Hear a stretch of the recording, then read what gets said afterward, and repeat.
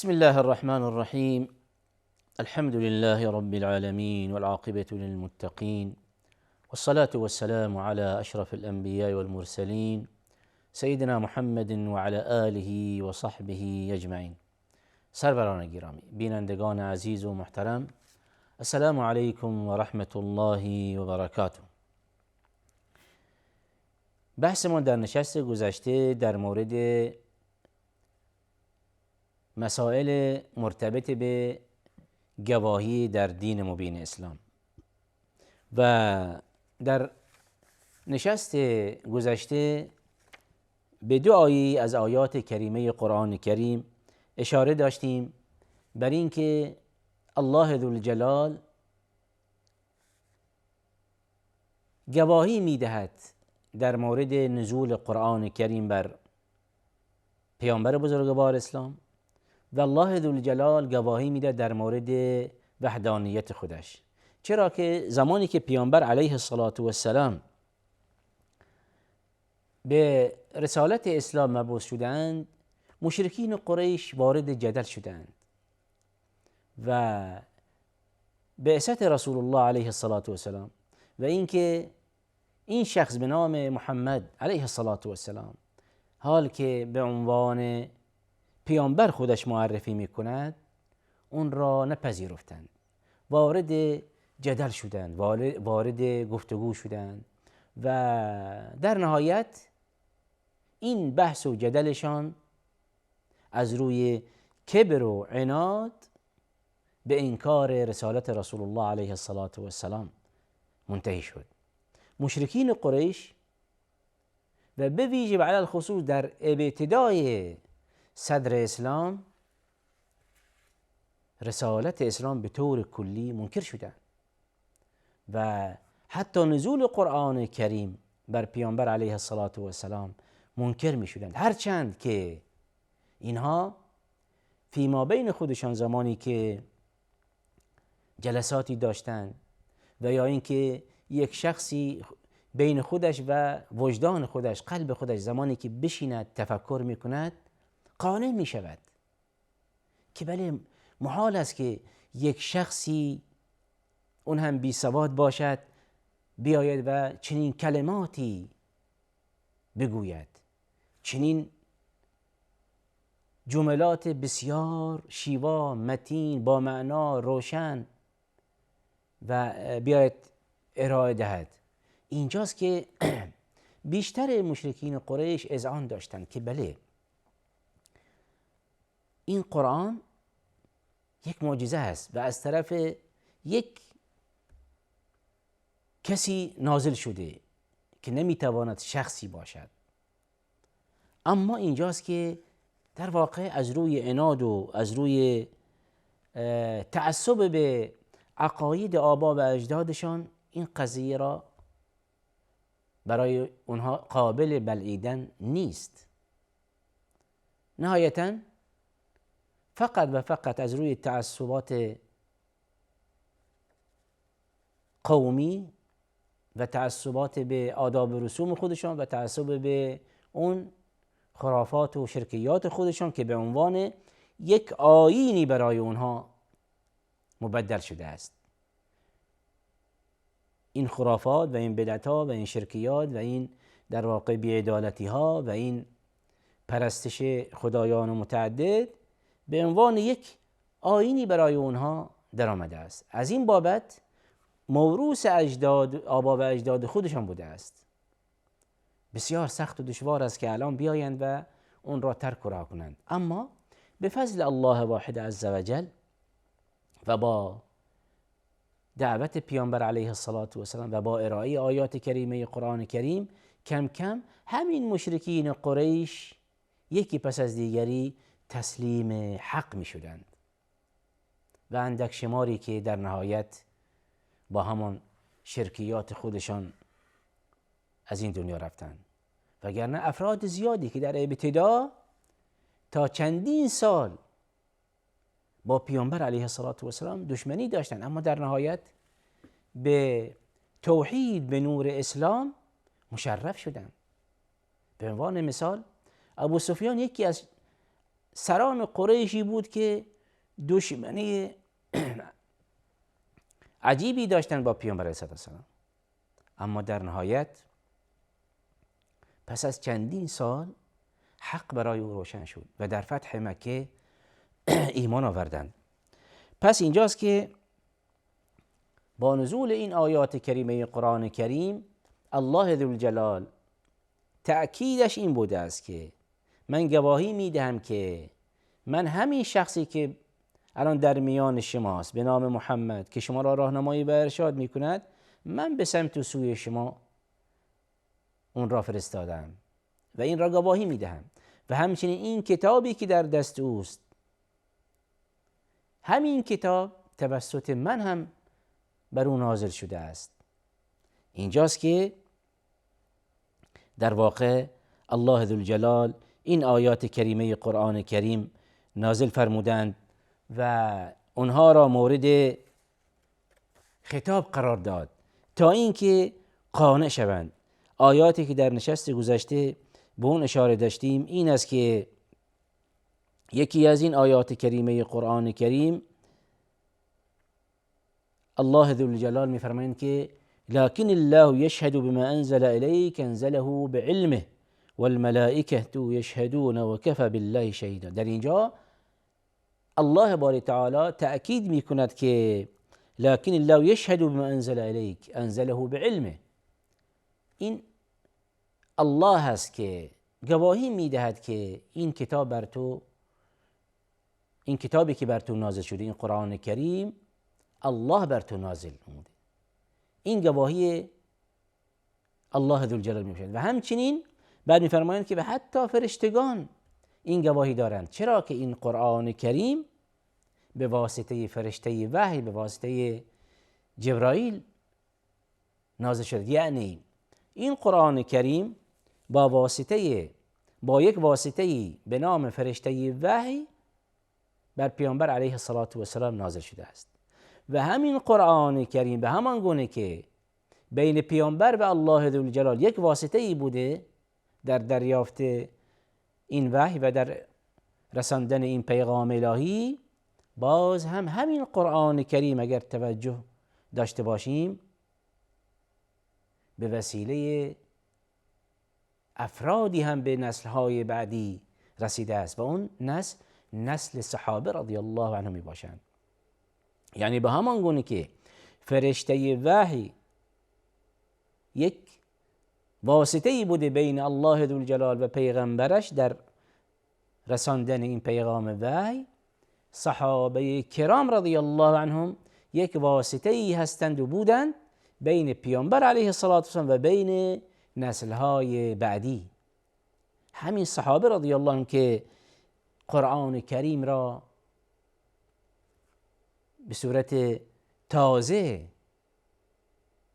به همان گونه که نازل شده است از پیامبر علیه السلام دریافت کردند، آموزش دیدند و با رعایت این امانت علمی همین قرآن کریم به همان گونه که شنیدند، یاد گرفتند، به نسل‌های بعدی چه منتقل نمودند. توجه فرمایید. پس این قرآن کریم به واسطه همین نسل بسیار مهمی است که پیامبر علیه السلام در مورد اونها می‌فرمایند پاکترین و ارزنده ترین و بهترین نسل ها همین نسل می باشند. خیر القرون قرنی ثم الذین یلونهم ثم الذین یلونهم. پس اینجاست که همین قرآن کریمی که امروز مشرکین قریش اون را انکار میکنند، الله ذوالجلال در مورد اون گواهی میدهد که من همین قرآن کریم نازل کردم و من همین قرآن کریم بر پیغمبرم نازل نمودم و حتی فرشتگان این گواهی میدهند و کفی بالله شهیدا. اصلا نیازی نیست به گواهی فرشتگان و غیره. و کفی بالله شهیدا یعنی اینکه کافی است برای تو ای پیغمبرم که من الله این گواهی داشته باشم که قرآن بر تو نازل کردم. پس این یکی از آیاتی بود که در نشست گذشته به اون به طور مفصل اشاره داشتیم. بعد آیات زیاد دیگری هم داریم در مورد بحث همون شهادت یا گواهی در اسلام. به عنوان مثال یکی از این آیات ولا نکتم شهادت الله انا اذا لمن الآثمین، اینجاست که این آیه به این اشاره دارد که بحث شهادت بحث مهمی است. کسی که کتمان شهادت داشته باشد، کسی که به ناحق گواهی دهد، از جمله زیانکاران می باشد. پس اینجاست که برمیگردیم به همان اصل مبحث خودمان که دشمنان اسلام ایراد میگیرند، انتقاد میگیرند از دین مبین اسلام که چرا در دین اسلام بحث شهادت مرد 2 برابر زن می باشد. در واقع به همان گونه که در نشست‌های گذشته اشاره داشتن بر این که این مبحث گواهی مرد به 2 برابر زن یک مبحثی است که در تمام در واقع مراحل یکسان نیست. اشاره داشتیم بر این که در بعضی مراحل یک شهادت زن قبول می شود و در بعضی جاها شهادت مرد پذیرفته می شود و در بعضی جاها شهادت مرد 2 برابر زن می باشند و هر کدام به شرایط خاص خودش برمیگردد و در نشست‌های گذشته به اون اشاره داشتم. حال اینجاست که دشمنان اسلام در صدد این هستند که در واقع برای تشویش اذهان و ایجاد شبهه در اذهان مسلمانان این شبهه القا میکنند بر این که بله دین اسلام دینی است که حقوق زن نادیده گرفته، در مورد حقوق زن اجحاف نموده، به اونها ظلم و ستم روا داشته و الی آخره. پس اینجاست که با توجه به این آیات کریمه قرآن کریم اصلا به این نتیجه میرسیم بر این که اصلا بحث گواهی و یا همان شهادت در اسلام امتیاز نیست. با توجه به این آیه کریمه و آیات دیگری اینجاست که ولا نکتم شهادت الله انا اذا لمن الآثمین، اونهایی که به ناحق گواهی دهند فردای روز قیامت در واقع مسائله می شوند، بازجو می شوند و از این گواهی نادرستی که در این دنیا ارائه دادند و باعث پایمال شدن حقی از حقوق شدند، اینجاست که در روز قیامت باعثی که جوابگو باشند. بعد باز هم الله ذوالجلال